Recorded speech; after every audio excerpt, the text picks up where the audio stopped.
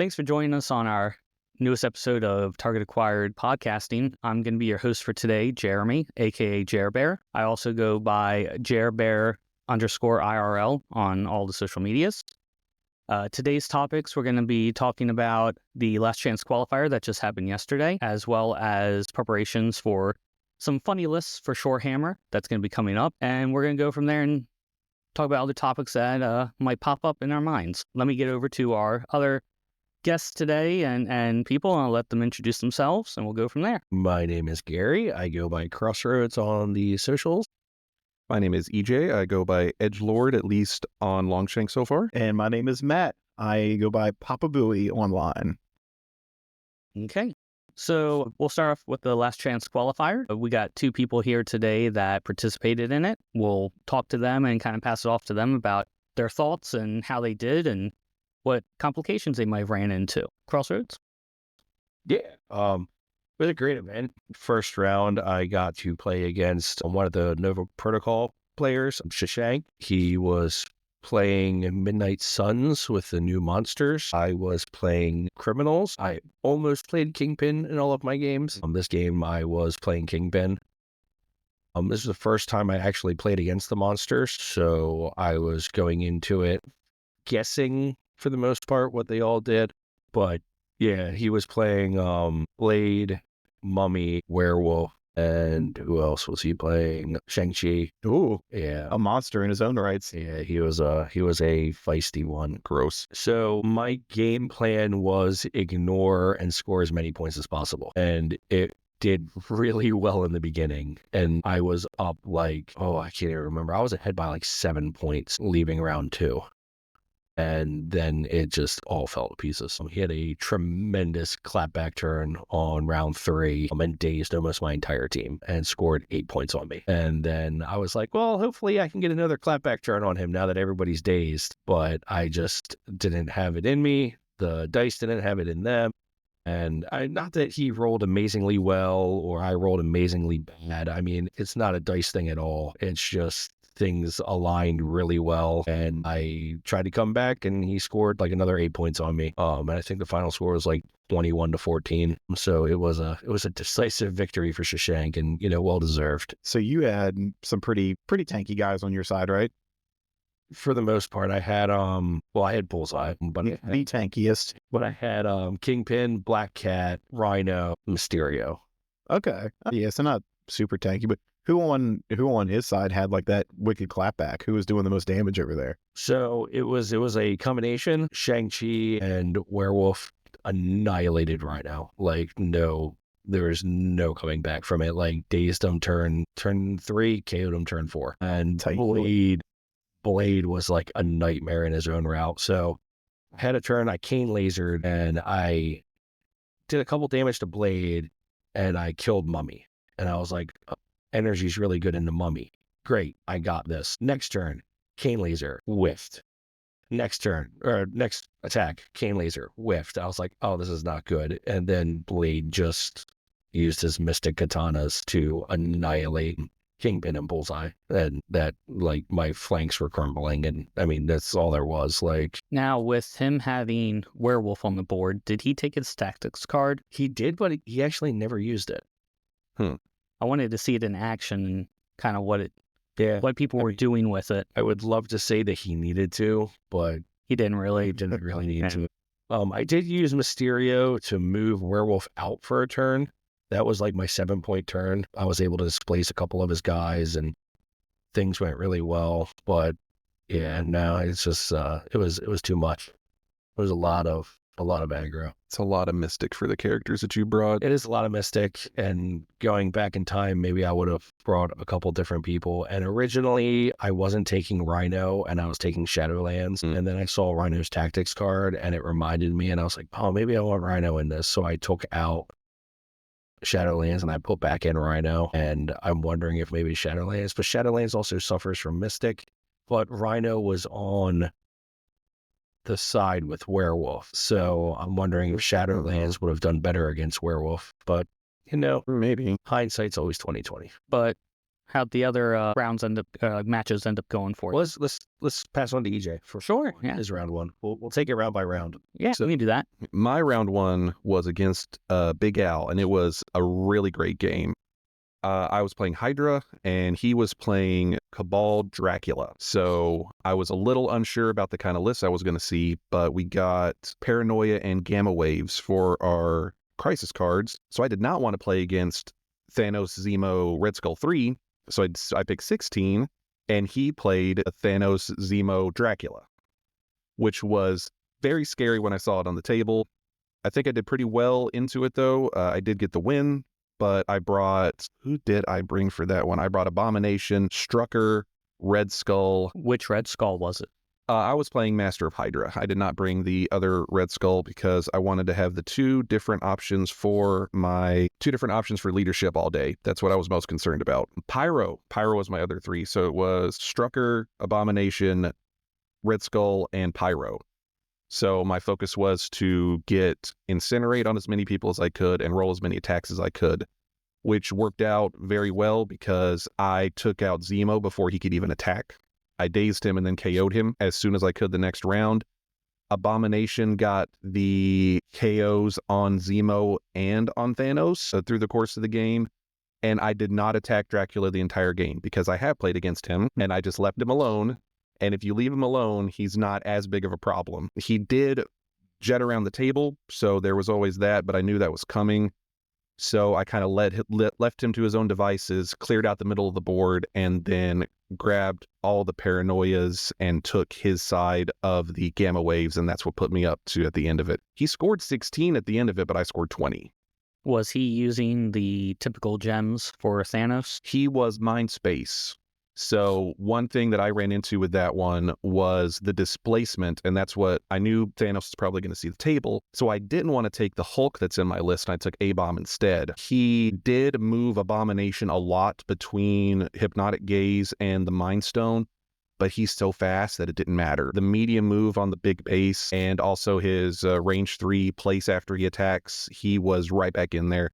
It felt like playing almost an upgraded Rhino at that point with just how fast he was going. And he was just taking hits. Abomination is so hard to kill. You had to focus 2 or 3 characters into him to even start doing damage to him. It proved everything right that I was hoping for him. Was anything a concern for you during that match? Well, I brought Strucker's leadership. I didn't go with Red Skulls because I knew that I was wanting to put more conditions out there, and then he took Dracula, so I was happy about that because I knew he was going to be bleeding my characters every turn, and I was just passing it back to him all the time.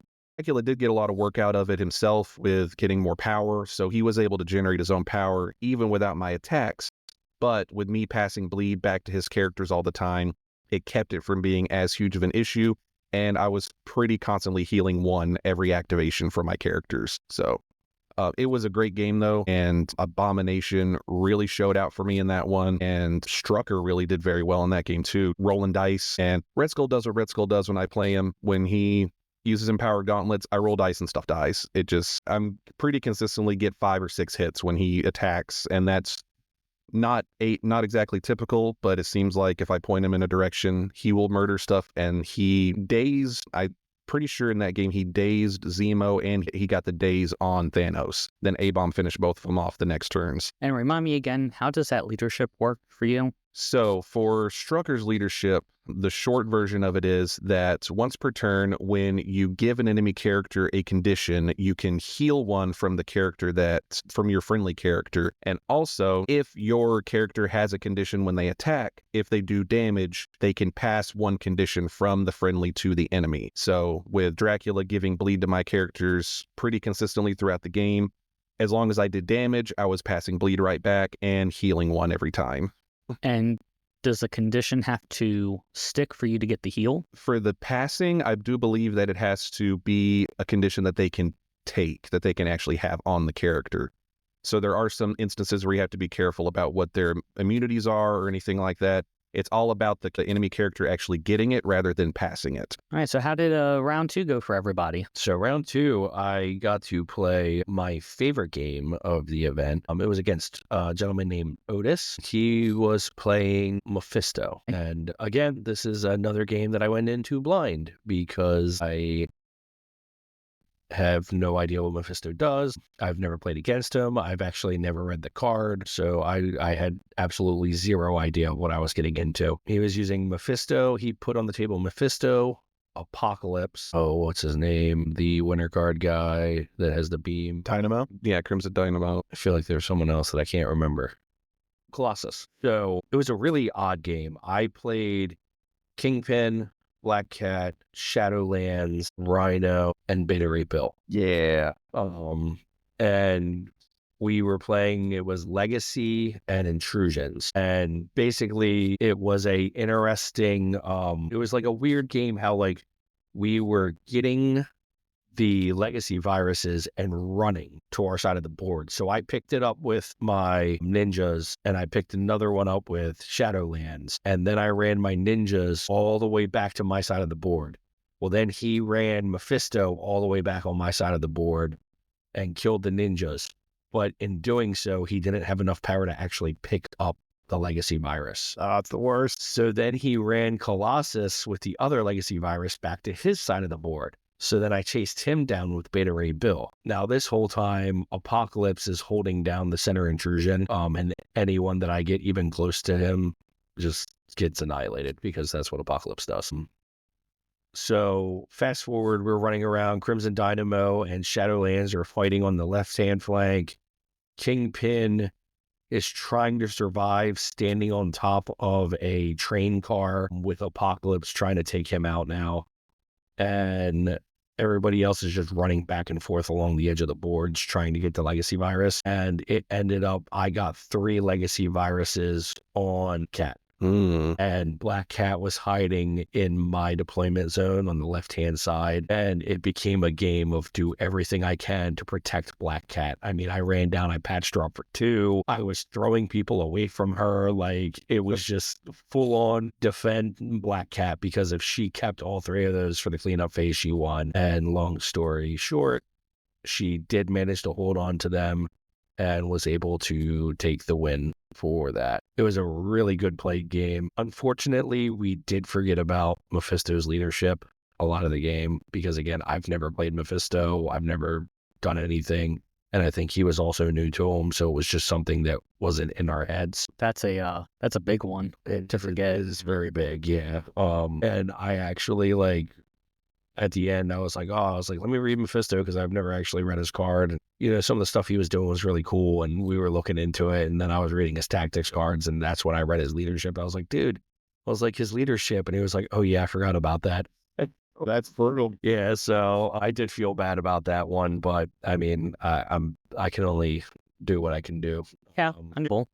Now, with Intrusions, did any really good positioning plays pop up, being able to teleport, or did any? We used the portals twice. Wow. Both times I used it. One time I failed and he got to place me, and one time I got to place myself. Okay.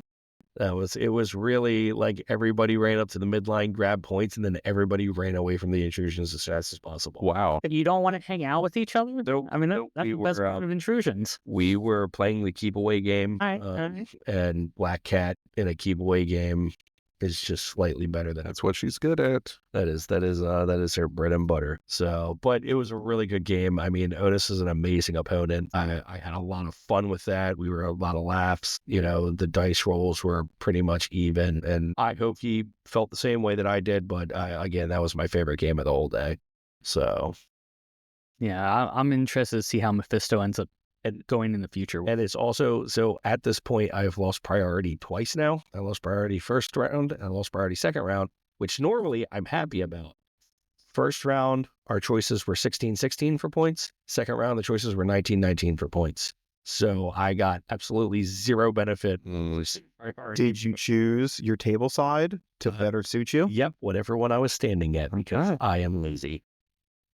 So EJ, how's yours? My second round also went really good. I wanted to ask if Mephisto played any of his tactics cards against you and made you have to make those tough decisions through that game. You know, he did not. And it's funny because in the beginning of the game, he was like, do you want me to tell you what Mephisto's cards do? And I was like, dude, there's a lot of text. We'll talk about it when it shows up. That's a lot of words. Too bad I'm not reading them. All right, well, Yeah, Mephisto definitely can get across the table if they need him to. But like you said, Black Cat plays keep away better than just about anybody. And I had also played against Black Cat in my round and on Legacy Virus. So I had the opposite issue, except for when you use Pyro to root and slow Black Cat, she is sad. And also when you poison her, she's very sad. So That's true. yeah, I made sure that she stayed out of the game as much as I could, but I played against Deimos in that round. He played Spider Foes, and we played on Legacy Virus Extremis. I picked 19 because I wanted to flesh out a little bit and have some more characters on the table, especially with the 4 Extremis consoles out there to be able to use. He played Green Goblin, Doc Ock 2, I can't remember his tagline off the top of my head. So Green Goblin, Doc Ock, Black Cat, Mysterio, and is that all 19? I feel like there was one other person in there. Oh, he played Amazing Spider-Man, which it's a little surprised to seeing, and his Spider-Man had Kraven's head instead of the regular Spider-Man head. So he thematically, sure. And I said that is a great upgrade for Kraven. So we just played it like that most of the game. And I played Red Skull, Strucker, Abomination, Pyro, and Baron Zemo. So I was able to have 2 Strategic Genius bubbles out there the whole game that helped out quite a bit. His dice were on fire in that game for a lot of the brawl that we ended up having, because it was Amazing Spider-Man, Mysterio, and Doc Ock against Red Skull, Strucker, and Abomination on one side of the table, and we were just slugging it out. Doc Ock rolled his builder into Abomination at one point, and unassisted rolled 9 successes because of wilds, and that was gross, but Abomination managed to block enough where he just tanked the hit. I think he ended up taking 4 damage, and he was just like, I'm still here. He is so hard to bring down. He did so much work in that game. Strucker did great work for me because he was able to poison several characters with his Death Spore virus, which always love when that actually works out. Between Death Spore and Abomination using his built-in Gamma Burst, that did a lot of damage to... It did 6 damage in the turn that I used it and ended up killing one character, Mysterio, who was down to 2 and just finished him off. And nothing you can do about it at that point.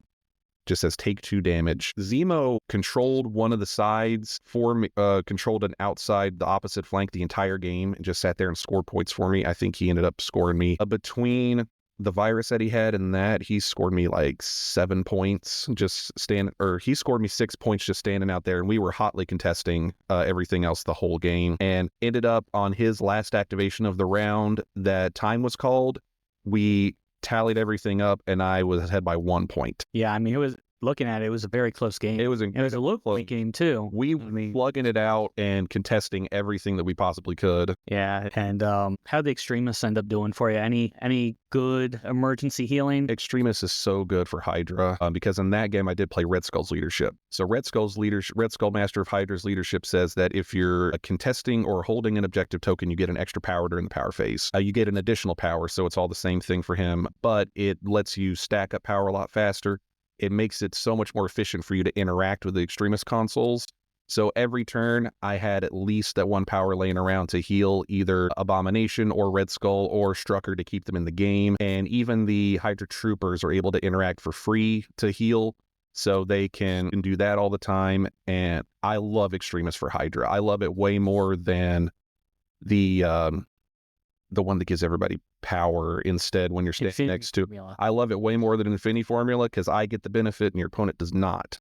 Getting that extra power seems great on paper, but it's a lot better when you just get the extra power, and if everybody heals up, just make sure you daze them before they can heal. All right, so I guess on to round 3. Gary, how was your round 3? My round 3 opponent was amazing. No, I'm just kidding. I took the bye. We did have someone drop on round 2, and we wanted to make sure that everyone that drove far had a chance to play, so I stepped out for the bye. But yeah, so round 3 went very well for me. A lot better than round 1. Nice. My round 3 was very surprising to me because it was not only the brother of my last opponent that I just finished playing, but when we sat down to talk about what everyone's playing, he said, I'm playing Winter Guard. I said, oh, okay. I didn't expect that. I know that they can be really good with splash characters, and that's exactly what happened in this game.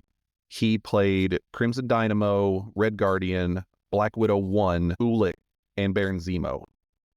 it was a very beefy list, had a lot of big attacks, and I again played Red Skull's leadership into that because I knew that he was just going to be removing conditions whenever he activated with Crimson Dynamo's leadership. I did had to get clarification on how the other part of his leadership worked because I couldn't remember. It came up once where he rolled to not be pushed off an objective, so it did at least happen during the game, but I had to refamiliarize myself with that one. And in that game, I played Hulk and Red Skull, and I played my own Baron Zemo. That's 14.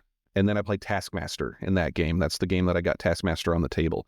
Taskmaster scored me points all game without doing much of anything else. And that's what he was just surviving attacks. He faced off against Black Widow on a point the whole game. I was holding an alien ship and he was not, so he was able to just sit there and score me points and didn't have to worry about him too much. The center of it turned into a giant brawl with Red Skull and Hulk fighting against Zemo and Dynamo and Red Guardian and Ulik, and it went back and forth. Red Skull did what Red Skull does for me, and he was just killing people left and right. I put a couple of highlights for that brawl in the center of the table. I put a Empowered Gauntlets Blitz Strike into Dynamo. He bodyguarded it onto Red Guardian with the Tactics card. A Comrade's Keeper, I believe, is the name of it. Red Skull one-shotted him from it. I think I rolled 7 successes on that attack, and a Red Guardian just died before he could take advantage of the rest of the card. And then he put another attack he put his second attack into Dynamo, and I believe did a fair amount of damage, or maybe dazed him in that attack. He's just disgusting. I played Sleeper Agent Hulk. A lot of people had kind of forgotten or weren't overly familiar with how Sleeper Agent Hulk works, so he was able to do some good work for me through the course of that game. I kept throwing Dynamo out of the middle of the table every chance that I could because he's slow moving and he can move and rocket booster to get back where he was, but it's taken one beam away from him, which I'm happy to do, and it keeps him further away for using his defensive aura all the time. So just throwing him medium out into space, not even worrying about throwing him into terrain, kept him out of it until it came down to actually just getting the brawl over with and trying to kill some models. That game was a lot of fun. And on his side, he had one disgusting Ulik turn, the turn that Ulik came back from daze and he was full on power. He turned around and Shatter Mountain Shattered Bones into Hulk and activated him. And then he Shatter Mountain Shattered Bones into my injured Red Skull and killed him. It was disgusting. And at that point, thankfully, though, I was far enough ahead on points that it didn't hurt me too badly. But that's the first time I've seen that trigger for Ulik actually happen. So I wasn't too upset that it did happen because it's one really cool one that doesn't happen very much. It was just his first activation of the round was Ulik, and he killed Red Skull and activated Hulk. And I was like, well, I'm not doing much this turn, so have at it. Now, the One Crisis Alien Ships is not one that you normally see on the board. Right. So it's fun to see it pop up. Mm-hmm. Was there any point in your match where he rolled the 3 dice and ended up doing 3 damage, or like? Believe it or not, with how much brawling and spenders and everything we were doing, it only even needed to roll once in the whole game. Like, we were throwing power all the time off of those characters, and it happened off of Ulik, and it didn't do any damage. The rest of the time, we kept checking. We were like, no, I've got 2 power. No, I've got 1 power. No, we're good. We're just scoring points off of it. So it didn't work as intended, but still it was fun. Okay, and I guess that brings us to round number 4. Round 4, the final round. I got to play against our buddy Don. So Don was playing Asgard, and I was playing Criminals. We ended up doing Mutant Madmen. Well, Kingpin does not work on Mutant Madmen, so I switched off of Kingpin and switched into Shadowlands. And I put on the table Shadowlands, Mysterio, Electro, Black Cat. And that was Legacy Virus again, too? Yes, that was also Legacy Virus. And he was playing Lady Sif, Hero of Midgard, Thor. Can't remember who else he was playing. It had to be either Loki or Lady Thor. Lady Thor, that's what it was, Mighty Thor, because he was using Mighty Thor's leadership. So the game was unfortunate for Don. So I picked up a Legacy Virus with my ninjas and with Daredevil right at the bat. He took the middle one, and then he charged my ninjas with Lady Sif, and he uttered the words, "I hope she can take them down," as I picked up my one defense die, and I went, well, I got one defense die, so I think you got this, bud. And he rolled, and he completely whiffed. And then he remembered his reroll, got one through, and then I rolled my one defense die and managed to block that one. You scumbag. So I wish that I could say that was a one-off, but that sort of set the theme for the rest of the game. It was unfortunate. Don could not land hits on anyone. He struggled on his dice rolls to take down anything, which unfortunately led me to just keep accumulating points every single turn. So eventually I did come out with W. The interesting thing is I had Electro over there, and he ended up facing off with Lady Thor, who is immune to shock. So Electro just kept trying to put shock on her because he kept pinging her for 1 damage. So it was a lot of like unfortunate of like, oh, I want to shock her, but I can't because she's immune to it. And that's everything Electro does. He did manage to ride the rails across a large dump truck to get to that back point and take the back point from him. So that was helpful. Living the dream. Yeah, it was a really good game for me. Unfortunately, Don's dice just completely abandoned him during that game, so we weren't able to, really see the glory of Asgard. And it's unfortunate, but it does happen. However, that'll lead into this episode's Crossroads quiz. So here is my over/under. How many characters in the game can inflict shock? Ooh. How many characters are in the game now? 190 something. 207. Is it 207 now? This is how many can inflict the special condition of shock. 40. Probably with 40. 25. 25. Swooper's over here throwing up guesses. So what's your guess? 30. 30. Jerbear. I think it's in between 40 and 30. So I'm going to say 31. 36. 36. Well, you have all gone over. Damn. However, the closest is EJ. It was 23. Man, that was close. It's not a lot. No, it's not a lot. That's a good So condition. let's follow up with this one. How many people are immune to shock? 10. That's going to be a low number. How many robots are in the game?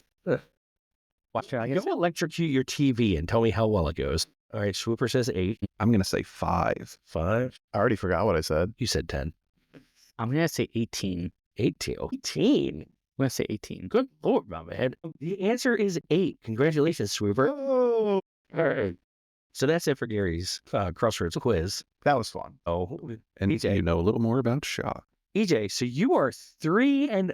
This is your entrance into the championships of the Mid-Atlantic Crisis Cup. How did your round 4 go? The game did go very well for both of us, but I did not get the win, unfortunately. I did play against Andrew in the last round, and in a running theme for this round, I also played against Asgard. In retrospect, I know I made a couple of mistakes going into this. I'm taking 0 away from Andrew. He played exactly like he needed to. He played exactly the game that Asgard needs to. I played, we ended up getting Gamma Wave and Legacy Virus.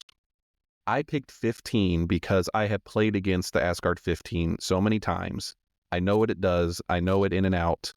But that does not help you when Thor just rolls a lot of dice. And that is one of the themes that we had in that game.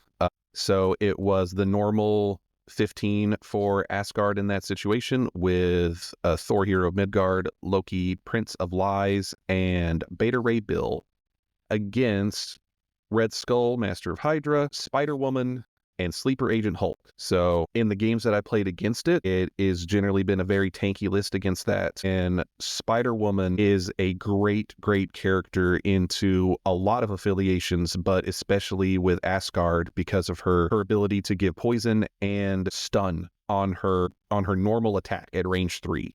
And if you roll more than one wild, you can get both of them onto Thor immediately. Unfortunately, she was moving around so much and had to get to different places so much, I got to make one attack with her that game. Since we didn't only play 15, it was only 3 rounds, I believe, so we got through it pretty quickly. Red Skull did what he does for me. Once Beta Ray Bill got into the middle of the table, I focused up on him because I generally can take him down, and Red Skull was able to do that.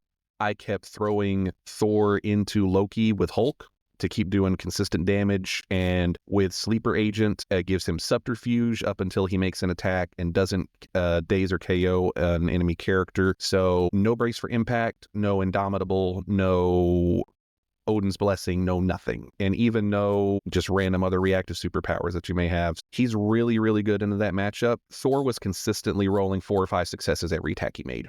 That's just going to happen. So can't do anything about the damage that was going through there. Hulk was, of course, taking a lot of damage, and I wasn't too upset about that because I was gearing up for that turn where he does make an attack to try to get the daze on somebody. That turn is probably where everything went downhill, because I had, throughout the game with the throws that I put, like I said, I kept throwing Thor into Loki to keep doing damage to him, and it was doing 2 or 3 damage at a time, so I was very happy about it. Loki was sitting on 3 health. I had Hulk with a ton of power on him, so they were close enough because we were fighting over the center gamma. Said, okay, I'm going to put a Hulk smash into Loki. He hasn't activated yet. I'm going to try to stop this activation. I'm going to try to at least stagger him, daze him, throw him, do something. I picked up my dice and rolled him. He had enough damage on it where I was rolling 3 extra dice. So it was 11 physical coming into him. I rolled 5 skulls. I blocked all the damage for him. And then at that point, subterfuge went away. He could immediately start reacting to all my attacks. And then he said, okay, I'm going to ping Hulk. And then the next attack didn't even matter because, again, he had all of his reactives online. So he was able to, he didn't even have to Odin's Blessing for that one. But just that one attack where I blocked all the damage for Loki just was going all downhill after that one. Say 5 skulls into Loki is pretty much like the dream. Yeah, I was for that guy. I looked at the results and I was like, you don't have to worry about what you got. There's a lot of times where I'm throwing an attack into Loki, and it's just like I have a reroll, and I'm looking at it like, do I want to reroll it? It's like a 2 success swing if I accidentally get a skull. Loki makes the math so hard to actually figure out, and it's basically you are just taking a gamble anytime you throw attacks at him. He was able to use Go Force to great effect to keep people on points because I was throwing them every time I could with Hulk. There wasn't much terrain in the center of the table, which I was hoping for on the finals table for Hulk to throw around, but that was not the case in this one, so I was just having to throw the big size 3 Thor around, and that was still doing good work. Spider-Woman, again, was scoring me points, but she mostly stayed out of the game, and Red Skull was doing what he does, and he's the one who killed Bill pretty much on his own. Always good to take him off the table. I did not have to worry about Brothers in Arms in that matchup, so that was at least good, but I also knew that just rolling dice, Bill's actually the one had the best chance of just dazing in a couple of attacks with Red Skull, so made sure to throw that out there. It was a great game, and I was up by I was up or we were tied on points all the way to the last round. At the beginning of that round, I went up to 11 points to his 9 points, and he table wiped me. And that's how the game ended. So if Spider-Woman was able to have 12 power, I could have won in the last game by scoring enough points to put me from 8 to 16 off of the legacy virus and points on the table. But I would have needed to have, again, 12 power to pick up all those legacy cures. So, and it would have table wiped me anyway. So it would have been in a whole weird situation as far as scoring goes.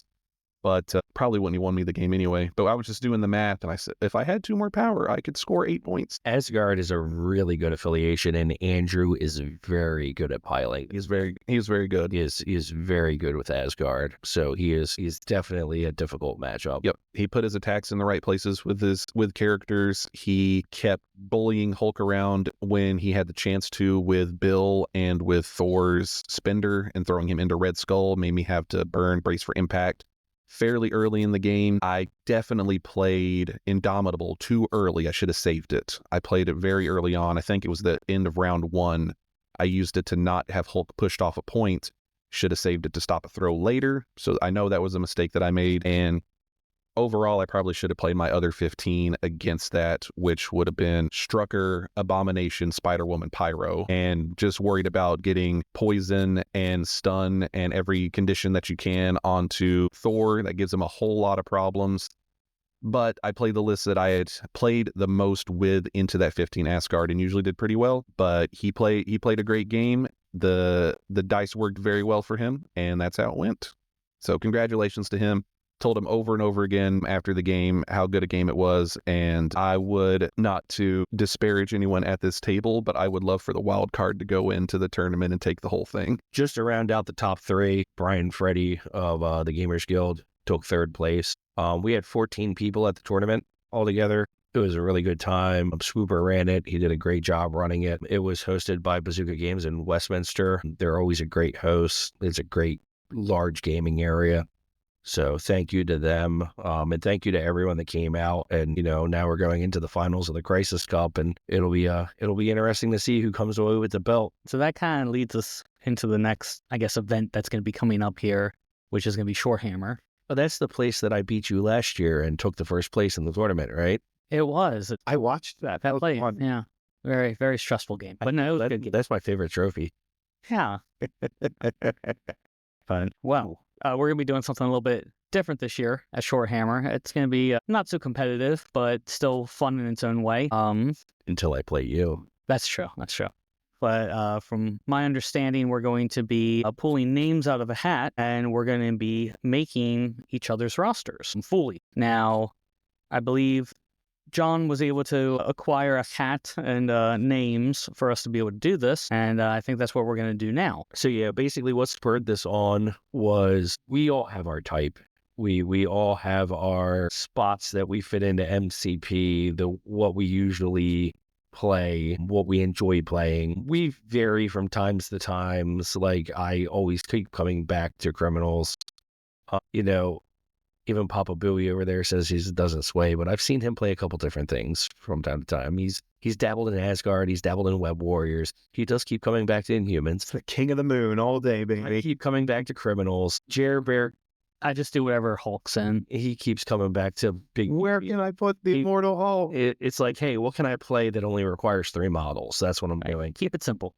Swooper does vary a lot, but his heart belongs to S.H.I.E.L.D. So we figured that going into Shorehammer, that is a non-competitive setting when it comes to conventions, we would make a list for each other that would sort of put us out of our comfort zones. We don't want to make something that's completely unplayable, or we're not purposely trying to, detriment each other. That being said, we're also not trying to optimize for each other either. We want to force them into a play style that they might be slightly uncomfortable with. So how this is going to work is we're all going to draw names, and then we're all going to draw numbers.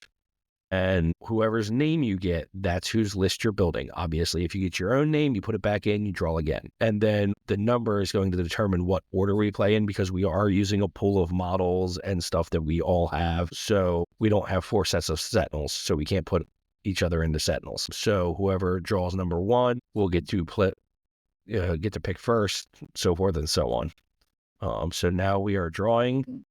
All right. And over here, Papa Booey drew Jeremy. Of course. Jeremy's trying to learn how to read for the first time. That's a lot of work. So it is. It's 3 letters. So I ended up pulling John. Yeah. Who'd John get? John got me. John drew the... Okay. I drew Matt. Yeah. I drew myself, so I had to switch for... And Swooper, who did you get? You going to... You got me? What day is the singles tournament down in Shorehammer? Is that Friday or Saturday? It's Friday night, isn't it? So I think Friday, December 6th, is the singles tournament. So that's what we're drawing here for. Saturday, we are doing a doubles tournament down at Shorehammer. Both of them are going to be in the evening, and that is located at the Grand Hotel in Ocean City. We went to it for the first time last year, and it was a lot of fun. Got to meet some new people, and then play some fun games, hoping to grow the crowd out there every year. So if you're in the Ocean City, Maryland area, the weekend of December 6th through the 8th, look on Longshanks for the event. Come on down and have a good time. Yeah, it's out of season, so it's not too bad getting a room down there. It's a really chill event. There was a lot of karaoke down at the bar after hours. So it's a good time. It was thoroughly enjoyed last year. Who did John get? John got me. Oh, yeah, that's right, because it was the person that wasn't named. That's how that works. Yeah, so I mean, I'm excited for Shorehammer. It was a lot of fun last year. It's a much more casual event, less stress, not really competitive. All right, so we did all the drawings. Swooper got number 1. He is picking for Barry, aka Gary, aka Crossroads. I drew number 2, so I will choose second, and I got Papa Booey. And who got number 3? I got number 3, and I'm picking for Jeremy. And I got number 4, and I'm picking for John. So we will see what everyone gets. We will talk about that next episode, which should be right before Shorehammer happens. And we'll be able to decide then on what everyone's list is. I know what I'm giving them. You know what you're giving them? I know what I'm giving them. I got some ideas. We'll see. I feel like out of everybody, John's the one that would just be okay with playing whoever. He'll be excited no matter who he gets. I have the one he's not okay with, but I'm not going to tell you. I know I'm going to end up with Sentinels. Nah. No, but all right. So, is there any other topics we want to go over for today's show? I don't think so. I don't have any experience with the new releases. Now, in the timeline event, a listing just came out, but we're going to go over that probably next episode. Yeah, next episode we'll go over that along with the list that we have because we want to spend a little more time on that. That's a big discussion. It's going to be a deep dive episode. So, all right. Thanks for joining us for our 3rd episode of the Target Acquired podcast. Remember, if you're watching on Spotify or YouTube, subscribe to the channel to help us out. Join us on our Discord. The link will be in the bios. Follow us on Facebook. And again, if you have any topics that you would like to hear about or any comments about how our podcast is doing, things you'd like to hear, suggestions that you have for us, please leave a message. We're always trying to improve to give the best content that we possibly can. Thank you very much, and we'll talk to you in a couple weeks.